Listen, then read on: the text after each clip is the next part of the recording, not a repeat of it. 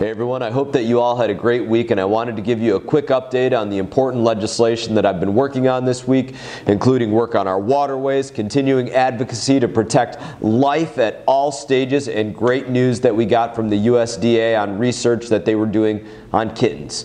Now, first of all, you probably already know last week President Trump made a visit to Lake Okeechobee. This was the first time in decades that a sitting president visited Lake O, and I took the opportunity to talk with the president more about how pollution on Lake Okeechobee is leading to toxic algal blooms on the lake that are then often discharged over into our coastal estuaries, obviously east and west coast, funding projects like the Herbert Hoover Dike, making sure that that rehabilitation comes to completion, thanking him for working with us to get every dollar there needed, funding projects like the EAA Southern Storage Reservoir, and a great number of other projects that we're working on from north to south in the entire system, critical to combating harmful discharges and also combating harmful algal blooms. Those are really two different fronts, right? Harmful discharges to our coast, on the east coast.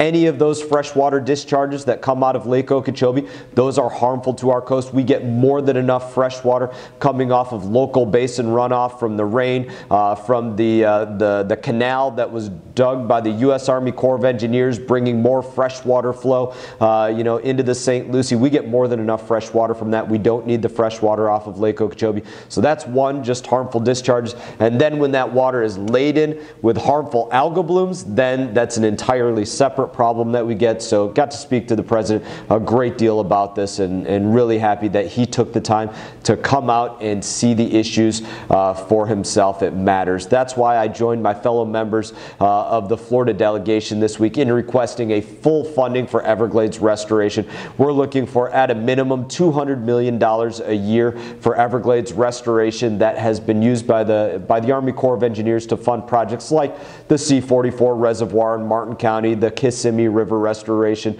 north of the lake.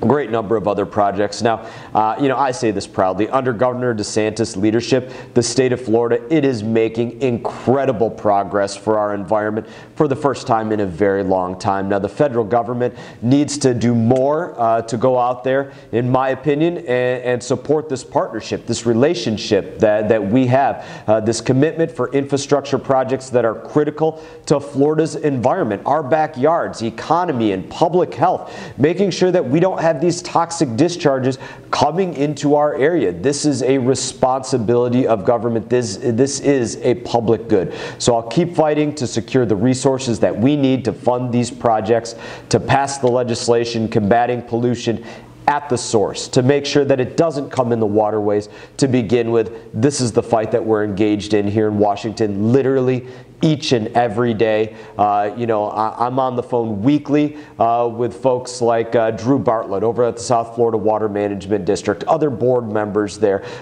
folks from the U.S. Army Corps of Engineers. Literally weekly, we are on the phone talking about the issues, where we can put water, where we can stop nutrients from coming in, legislation that we need to work on for the future that can help enable this to be a better operated system.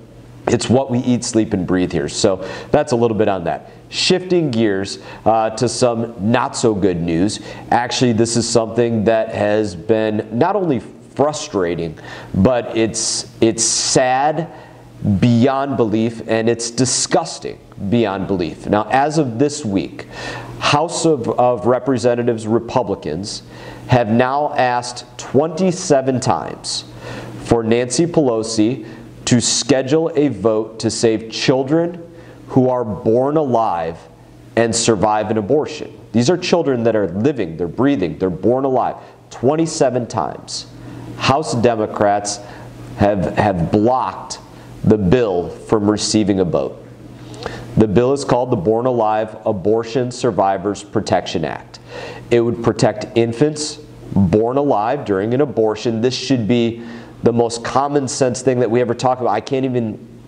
It's frustrating to me that we're even having to talk about this, but it would put an end, simply, it would outlaw and penalize infanticide in the United States. If we can't come together and agree on this, then I have no idea what in the world we can agree on, but instead House leadership has refused to even do their simple duty on voting on this legislation, which is exactly what we're sent here to do. And in doing so, they're denying babies that are born alive from receiving life-saving medical care. It's disgusting. Now, my wife Brianna and I have said this time and time again. If there is ever a mother out there that's thinking of an abortion but on the fence, and we can play some role in helping to save that child, we would take any child into our home. We have 4 beautiful children, but if it meant saving a life to go out there and be that resource for some other mother that asked us to take their child into our home, we would do that in a second. If it meant saving a life, we would do it in 1 second, no questions asked. And I believe in life, and I believe we simply must stand up for the right to life and to defend the unborn, so that we can create a future in which every child gets to grow up free with the opportunity to prosper. I always tell people that's the most amazing thing about this country, that every single day that we wake up under those 50 stars behind me, those 13 red and white stripes, they're displayed behind me, that we wake up with the opportunity to make today better than yesterday, this week better than last week, this month better than last month, this year better than last year. And it's up to us to do so. Nobody can go out there and do it for us. But if we deny a child the right to live, they're the ones that are denied that opportunity that's guaranteed under that flag to go out there and just make our own way. And it's heartbreaking. That's why this week I signed onto something. It's a little bit in the weeds here. It's called a discharge petition, that it requires Speaker Pelosi to schedule a vote on this bill if we get the support of the majority of members of Congress. Nearly every Republican and a couple of Democrats have signed on to this petition, and we're working on securing the needed number of people to get on that to support it. Now, I'm not going to stop, because together I truly believe that we can protect the dignity of every single human life, to include those that are not yet born. Here's why. When I served in the Army, I saw what it meant to take life. And I saw what it meant to save life and to protect life and to see life lost. I know very, very well, as well as anybody, the difference between an evil life and an innocent life. And those that we are protecting through this, those that are the unborn, those are the most innocent lives that exist on the face of this earth. This is something that has never and won't ever leave me. My experiences in witnessing the difference between evil and good. So I believe strongly that protecting the dignity of human life is something that extends throughout a person's whole life.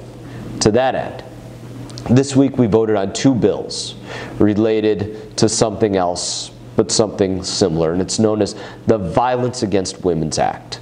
Now, I voted in favor of one of these bills and against the other. It was basically the exact same bill, the Violence Against Women Act. One was a version of it that is currently in law, and one was a version of it that added a whole bunch of poison pills designed to score political points without regard for the real people that were actually being impacted.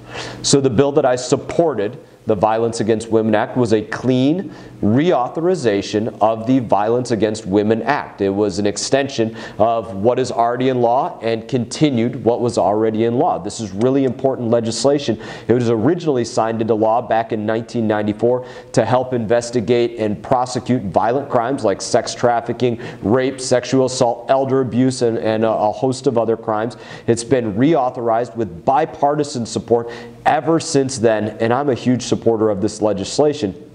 This is the version of the bill that's going to ultimately go through the Senate as well and be signed back into law.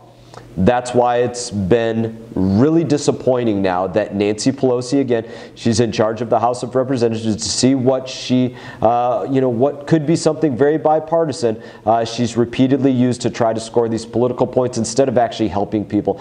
The second version of the bill that she tried to put forward that I oppose, it was loaded with a number of issues. Here's one of them: transgender prison populations with that are designed to get Republicans to vote against the bill so that she can say, well, even though she knows it's not true, look at these Republicans that hate victims of sexual violence. That's her goal in this. So this bill, what it would have done with prison populations, has said that, well, if somebody is identifying as a man, those individuals, even though if it's a female, they're going to go with a male prison population. Or if a man is identifying as a female, they're going to go into a female prison population. That just doesn't make any sense at all. It took some existing gun law and changed it so that individuals that have misdemeanors would not be allowed to have their firearms. For misdemeanors, individuals would have their firearms not just be allowed to purchase them, but potentially have their firearms confiscated over misdemeanor offenses. This is very serious. This is how sick and twisted this place is sometimes. I voted against this politicized version of the bill because we can't continue to put up with this ridiculous notion that it's okay to put politics ahead of the people that were sent to Washington to go out there and represent. Now, the bill that will head to the Senate, where hopefully they will do the right thing and not add any poison pills, any political riders, so that we can get this critically important program reauthorized ASAP. I'm looking forward to it coming back from the Senate and making sure that we get that on the president's desk. It is an important piece of legislation, and it'll be great when all of the politics is taken out of it. Now, finally, before we wrap up, I've got a great and we'll keep it quick update on other important legislation that I've been working on.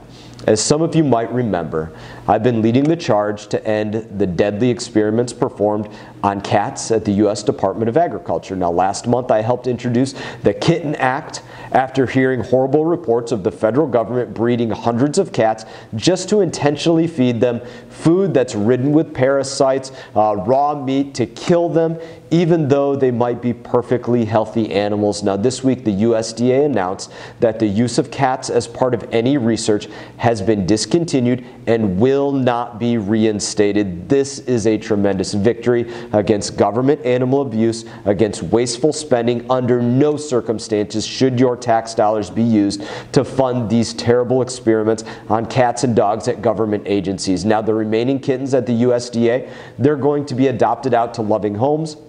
If you're interested in learning more about that, you can check out the video that we put up on Friday to view some more details on that. On that happy note, I hope that you all have a great week ahead.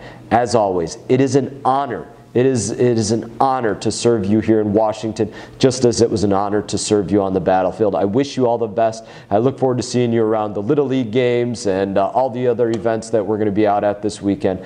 And in that, y'all take care.